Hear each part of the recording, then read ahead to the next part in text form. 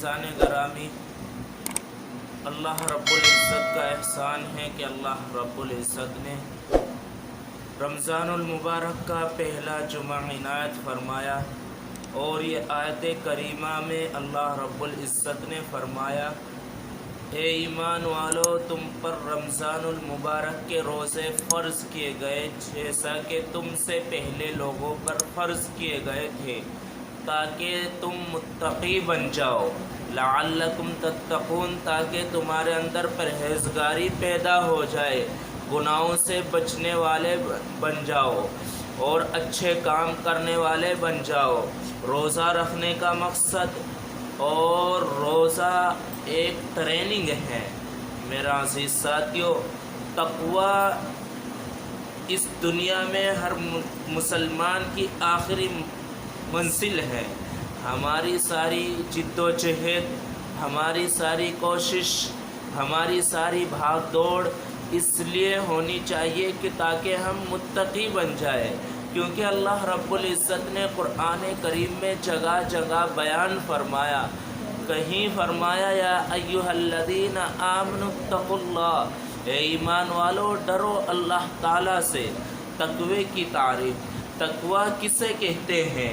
यानी तक़वा इस बात का नाम है कि आदमी के दिल में इस बात का एहसास और फ़िक्र पैदा हो जाए कि मैं अल्लाह ताला का बंदा हूँ और मुझे अल्लाह ताला के सामने अपने हर फ़ेल का जवाब देना होगा।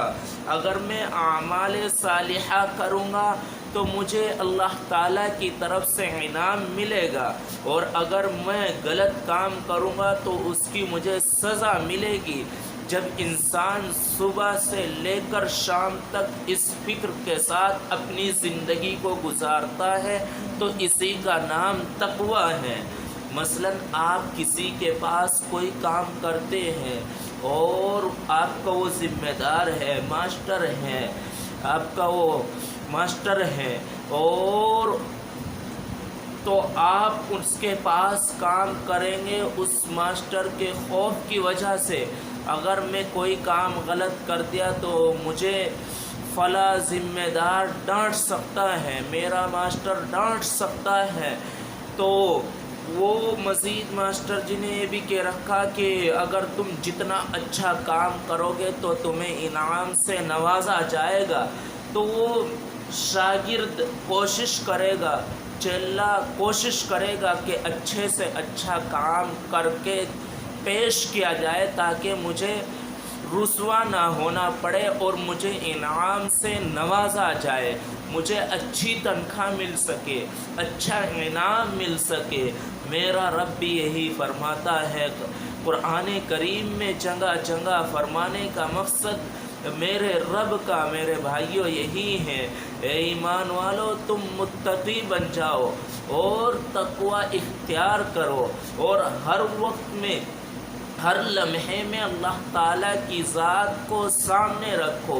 उसकी ज़ात हर चीज़ पर कादिर है, वो देख रहा है क्या कर रहे हैं इंसान, किस वक्त में अच्छा काम कर रहा है और किस वक्त में गलत काम कर रहे हैं। तो ये रमज़ानुल मुबारक एक बहुत मुबारक महीना है, इन तमाम महीनों का सरदार है। अल्लाह रब्बुल इज़्ज़त ने इसको अपना महीना करार दिया गया है। तो इस रमज़ानुल मुबारक की कदर की जाए, इसमें तरावी रोज़े का एहतमाम किया जाए, और रोज़े की फजीलत इस कदर है कि अगर कोई शख्स बगैर किसी शरई उज़्र के एक रमज़ानुल मुबारक का रोज़ा भी कज़ा कर दे और फिर पूरी ज़िंदगी भर तक उसकी कज़ा रखता रहे, तो वो जो सवाब रमज़ानुल मुबारक में हासिल कर लेता है एक रोज़े का, तो वो पूरी ज़िंदगी में वो सवाब हासिल नहीं हो सकता। तो मेरे भाइयों, ये वक्त गनीमत समझे, इसकी कदर की जाए और अल्लाह ताला की बारगाह में अपनी परेशानी का, अपनी ज़रूरत का, अपनी मुसीबत का, अपने कारोबार का, अपनी तिजारत का सवाल किया जाए। अल्लाह ताला की ज़ात देख रही है, क्या कोई आता है मेरे पास और मैं उसको दूँ, مگر ہمارے مانگنے کی کمی ہے، ہم مانگنے والے نہیں ہیں۔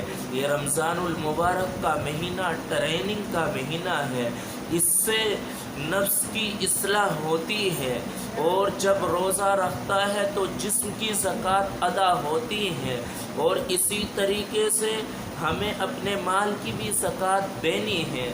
تو مال کی زکوٰۃ کس طریقے سے ادا کرنی ہے، تفصیل میں نہ جاتے ہوئے کہ آپ پر اگر 40,000 روپے مثلاً ہیں اور ان پر سال گزر جاتا ہے تو 1,000 روپے اللہ تعالیٰ کے راستے میں زکوٰۃ ادا کر دیجئے اور اپنے مال کی صفائی کرا لیجئے۔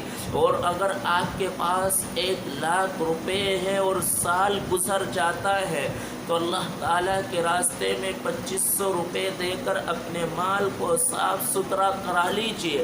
قرآن کریم کے 18ویں پارے میں پہلے صفحے پر اس کا مفصل بیان آیا ہے۔ تو اللہ تعالیٰ کے راستے میں مال دینے سے گھٹتا نہیں ہے بلکہ بڑھتا ہے، میل کچیل صاف ہوتا ہے، بیماریاں دور ہوتی ہیں، مصیبتیں دور ہوتی ہیں، پریشانیاں دور ہوتی ہیں، بلائیں ٹلتی ہیں اور زندگیوں میں اچھائی آتی ہے، عبادت میں مزہ آتا ہے۔ تو رمضان المبارک کے روزے کی قدر کی جائے، روزہ رکھا جائے، نوافل پڑھی جائے اور اللہ تعالیٰ سے دعا مانگی جائے، تراویح کا اہتمام کیا جائے اور رمضان المبارک میں صدقہ دیا جائے، فطرہ دیا جائے، اور اسی طریقے سے زکوٰۃ کا بھی اہتمام کیا جائے۔ تو اللہ تعالیٰ سے دعا کرتے ہیں کہ اللہ تعالیٰ